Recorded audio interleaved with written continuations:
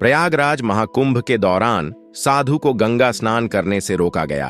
फिर हुआ चमत्कार देखकर सबके होश उड़ गए। क्या हुआ जब प्रयागराज महाकुंभ के दौरान एक साधु को गंगा स्नान करने से रोका गया? उसके बाद प्रयागराज के उस गंगा घाट पर जो चमत्कार हुआ उसे देखकर आपके पैरों तले जमीन खिसक जाएगी। साल 2025 के जनवरी माह में प्रयागराज में सदी का सबसे बड़ा महाकुंभ लगा है। यह महाकुंभ हर 12 साल में एक बार लगता है, यानी इस महाकुंभ का बहुत अधिक महत्व रहता है, क्योंकि इस दौरान यहाँ आकर भगवान के दर्शन करने का और साथ ही साथ गंगा नदी में स्नान करने का बहुत महत्व रहता है। इसी वजह से देश और दुनिया से कई लोग प्रयागराज के इस महाकुंभ में पहुंचे हैं। लेकिन सबसे ज्यादा आकर्षण का केंद्र होते हैं वे नागा साधु, जो इस महाकुंभ में शाही स्नान के लिए आते हैं। उनके लिए अलग समय निर्धारित किया जाता है और यहाँ पर उन्हें स्नान करने से कोई नहीं रोक सकता। लेकिन अभी हाल ही में जो घटना सबके सामने निकल कर आ रही है उसने सभी के होश उड़ा दिए,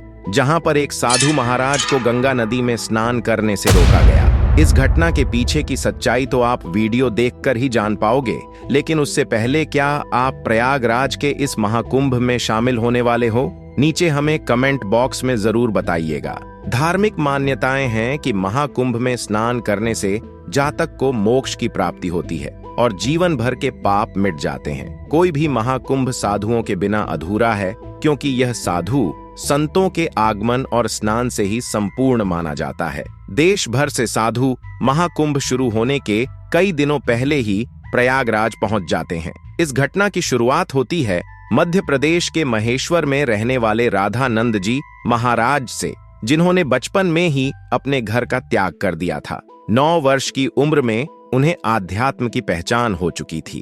उन्होंने अपने घर बार का त्याग करके भिक्षा मांगकर ही अपना जीवन व्यतीत किया था।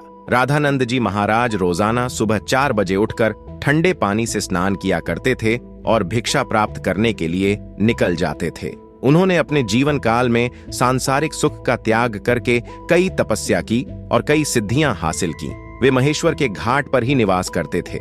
एक समय की बात है जब महेश्वर की नर्मदा नदी में स्नान करते हुए एक बच्चे को सांप ने डस लिया। जब उसके घर वालों ने देखा कि वह एक जहरीला सांप है तो उनके होश उड़ गए। बच्चा धीरे धीरे दम तोड़ रहा था, लेकिन वहीं पास में राधानंद जी महाराज बैठे हुए थे। जब उन्होंने उस बच्चे की हालत देखी और उसके माता पिता को रोते हुए देखा तो उस बच्चे के पास आए और जिस स्थान पर सांप ने डसा था वहां पर हाथ रखकर महादेव के कुछ मंत्रों का उच्चारण किया और चमत्कार कुछ ऐसा हुआ कि उस बच्चे का सारा जहर उतर गया। इस घटना के बाद से पूरे महेश्वर में राधानंद जी महाराज की चर्चा होने लगी और महेश्वर के घाट पर कई लोग उनके दर्शन करने आने लगे। जब उन्हें प्रयागराज महाकुंभ लगने की खबर मिली तो वे महाकुंभ में जाने के लिए बहुत उत्साहित थे। वे तकरीबन 1 माह पूर्व महाकुंभ में पहुंचना चाहते थे, क्योंकि वे वहीं पर 2 से 3 महीने बिताना चाहते थे। उनका ऐसा कहना था कि महाकुंभ पवित्र समय होता है जहां पर देवी देवता स्वयं उस स्थान पर मौजूद होते हैं। वहां पर तप करना, साधना करना, भगवान का ध्यान करना बहुत ही ज्यादा फलदायी होता है।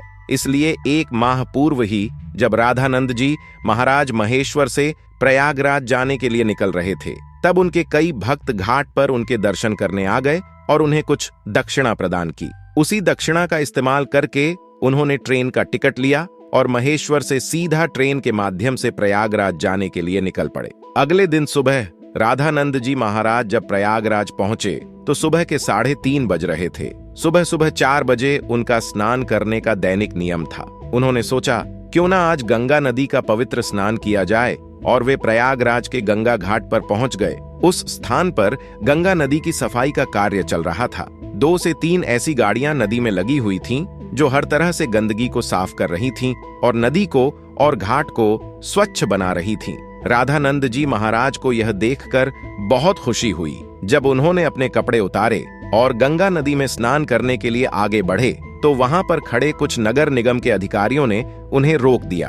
उनका कहना था कि आप अभी स्नान नहीं कर सकते, क्योंकि इस समय साफ सफाई का कार्य चल रहा है। प्रयागराज में रोजाना रात्रि के समय गंगा नदी की साफ सफाई का कार्य किया जाता है, ताकि दिन और शाम के समय यात्रियों को इस कारण कोई मुश्किल ना हो। राधानंद जी महाराज काफी धैर्यवान थे। उन्होंने सफाई अधिकारियों को समझाया कि बात बहुत अच्छी है, लेकिन नित्य मेरा 4 बजे नहाने का नियम है और आज अगर मैं प्रयागराज पहुंचा हूं तो मैं गंगा नदी में ही स्नान करूंगा और मेरे एक अकेले के नहाने से न तो तुम्हारी व्यवस्था बिगड़ेगी और न ही मुझे कोई समस्या होगी। लेकिन वह अधिकारी अचानक से गुस्सा हो गया और उन साधु महाराज से कहने लगा कि आपको इसी समय क्यों नहाना है? अभी पूरा दिन पड़ा हुआ है। क्या यहाँ पर तुम्हें कोई इंसान नहाता हुआ दिख रहा है? क्या तुम्हारे अंदर इतनी शक्ति है कि तुम सुबह 4 बजे इतने ठंडे पानी से स्नान कर लोगे? व्यर्थ की बातें बनाना छोड़ दो और यहाँ से चले जाओ। 8-9 बजे पुनः आना और आकर स्नान कर लेना।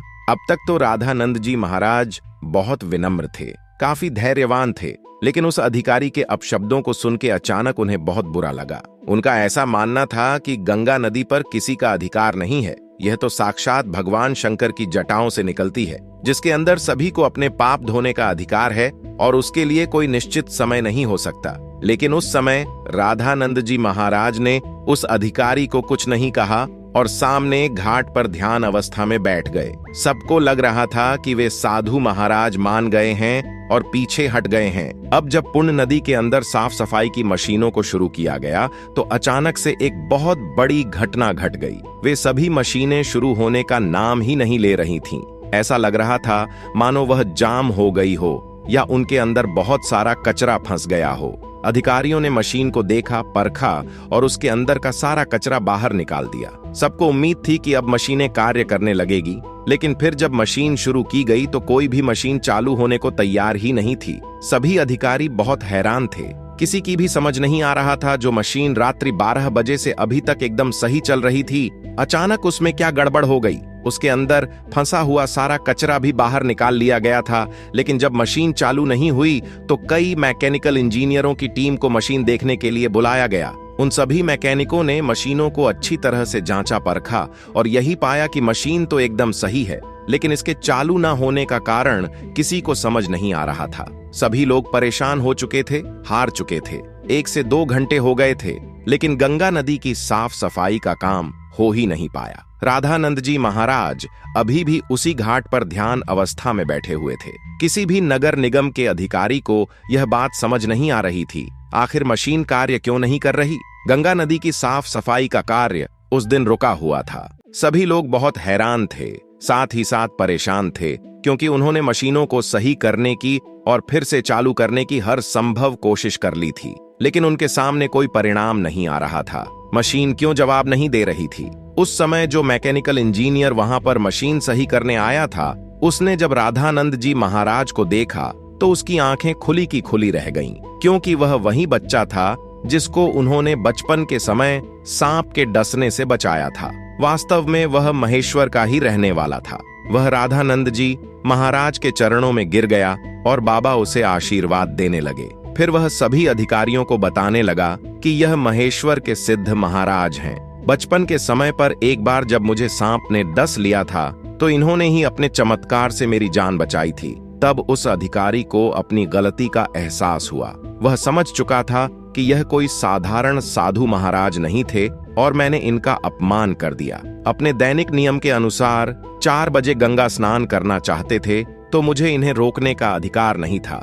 मैंने जो इनका अपमान किया, इन्हें भला बुरा कहा और गंगा नदी में स्नान करने से रोक दिया, उसी का परिणाम मशीनों की खराबी के रूप में हम भुगत रहे हैं। उसने सभी अधिकारियों के साथ चर्चा की और सबने यही पाया कि रात भर से गंगा नदी की साफ सफाई करने वाली यह मशीन चल रही थी, लेकिन इन साधु महाराज को नाराज करने के बाद ऐसा लग रहा है मानो यह किसी तरह जाम हो गई हो। अब यही हमारी समस्या का समाधान कर सकते हैं, हमें इनसे माफी मांगनी पड़ेगी। सभी अधिकारी मिलकर राधानंद जी महाराज के पास गए, उनके चरणों में बैठ गए और हाथ जोड़कर कहा कि हमें इस बात का अंदाजा नहीं था कि आप एक दिव्य संत हैं। हमसे बहुत बड़ी भूल हो गई है, हमें आपको स्नान करने से नहीं रोकना चाहिए था। राधानंद जी महाराज अभी भी बहुत विनम्र थे। उन्होंने अधिकारियों से कहा कि यह जरूरी नहीं है कि कोई संत चमत्कारी हो तभी ही उसे गंगा नदी में स्नान करने की अनुमति दी जाए। गंगा नदी के ऊपर साधु संतों का सबसे पहला अधिकार है।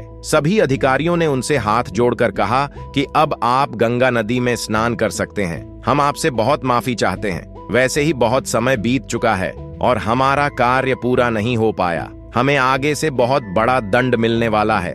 हमें तो अपनी गलती की सजा मिलने ही वाली है, आप हमें माफ कर दीजिए।